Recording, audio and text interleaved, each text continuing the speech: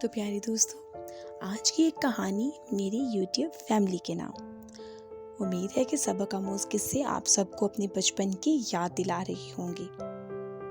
میرے چینل کو زیادہ سے زیادہ سبسکرائب کریں اور بیل آئیکن کو پریس کرنا مت بھولیے گا تاکہ روزانہ آپ لوگ میری ویڈیو سے نوٹیفائی ہوتے رہیں۔ بہت مدت پہلے کی بات ہے کہ دور دراز کے ایک ملک میں یہ قاعدہ تھا کہ اس ملک کے لوگ ہر سال اپنا بادشاہ تبدیل کرتے تھے۔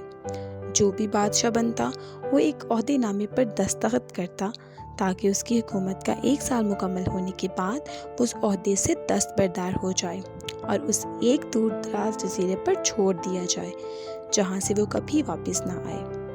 جب ایک بادشاہ کا 1 سال دور حکومت مکمل ہو جاتا تو اسے ایک مخصوص جزیرے پر چھوڑ دیا جاتا جہاں وہ اپنی بقیہ زندگی گزارتا۔ اس موقع پر اس بادشاہ کی بہترین لباس پہنایا جاتا اور ہاتھی پر بٹھا کر اسے پورے ملک کا سفر کرایا جاتا جہاں وہ سب لوگوں کو آخری بار خیر بات کہتا۔ وہ بہت ہی افسوسناک اور غم زدہ لمحات ہوتے اور پھر وہاں کے لوگ بادشاہ کو اس جزیرے پر ہمیشہ کے لیے چھوڑ آتے۔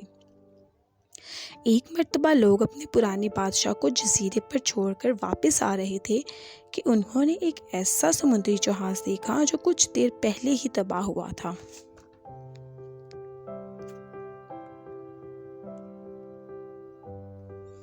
اور ایک نوجوان شخص نے خود کو بچانے کے لیے لکڑی کے ایک تختے کا سہارا لے رکھا تھا۔ چونکہ ان لوگوں کو ایک نئے بادشاہ کی بھی تلاش تھی، لہٰذا انہوں نے اس نوجوان شخص کو اپنی کشتی میں بٹھا لیا اور اپنے پورے ملک لے آئے اور اس سے 1 سال کی حکومت کرنے کی درخواست کی۔ پہلی تو وہ نوجوان نہ مانا، لیکن پھر وہ 1 سال کے لیے بادشاہ بننے پر رضامند ہو گیا۔ وہاں کے لوگوں نے اس بادشاہت کے تمام اصول اور طریقے سمجھا دیے اور یہ بھی بتایا کہ 1 سال کے بعد وہ اسے فلاں مخصوص جزیرے پر چھوڑ آئیں گے۔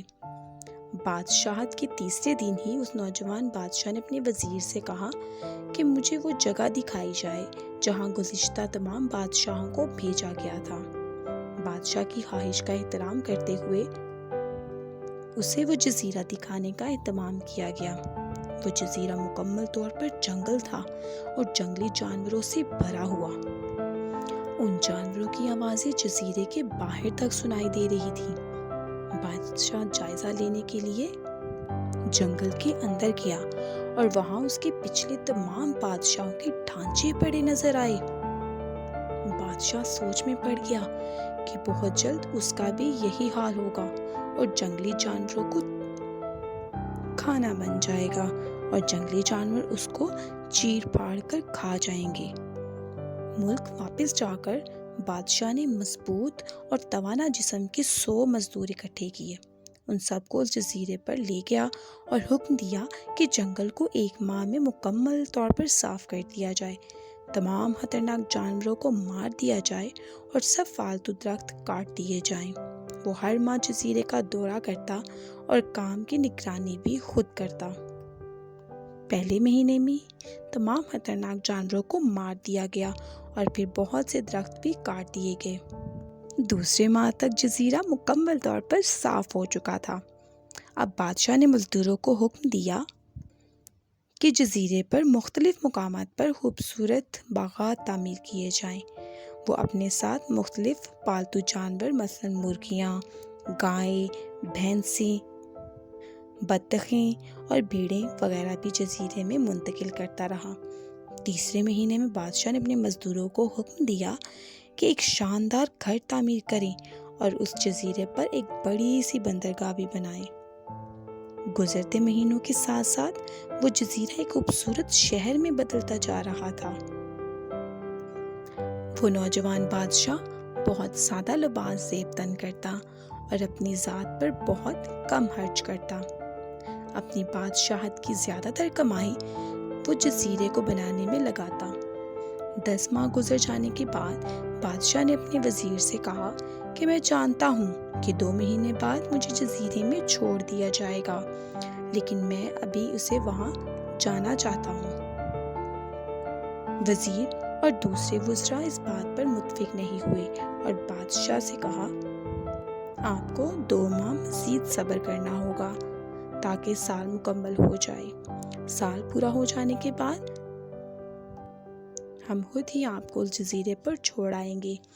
بالآخر 2 ماہ مکمل ہو گئے اور بادشاہت کا 1 سال مکمل ہو گیا۔ حسب روایت وہاں کے لوگوں نے اپنے بادشاہ کو شاندار لباس پہنایا اور ہاتھی پر بٹھایا تاکہ وہ اپنی رعایا کو خیر بات کر سکیں۔ خلاف توقع یہ بادشاہ اپنی الوداعی تقریب پر بہت ہی خوش تھا۔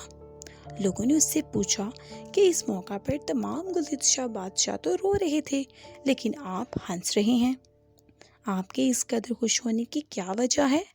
اس نوجوان بادشاہ نے جواب دیا کہ تم لوگوں نے داناؤں کا وہ قول نہیں سنا، جب تم ایک چھوٹے بچے کی صورت میں اس دنیا میں آتے ہو تو تم رو رہے ہوتے ہو اور باقی لوگ سب ہنس رہے ہوتے ہیں۔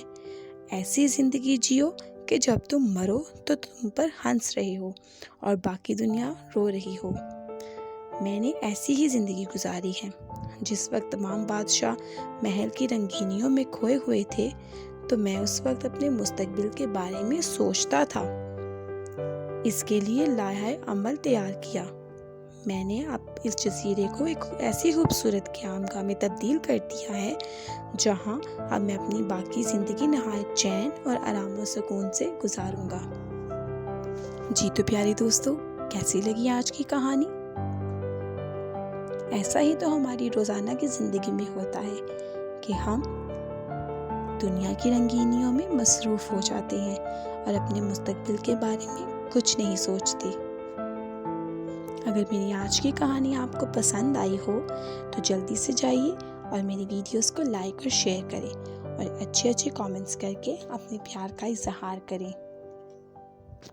اب تک کے لیے اتنا ہی۔ اللہ حافظ۔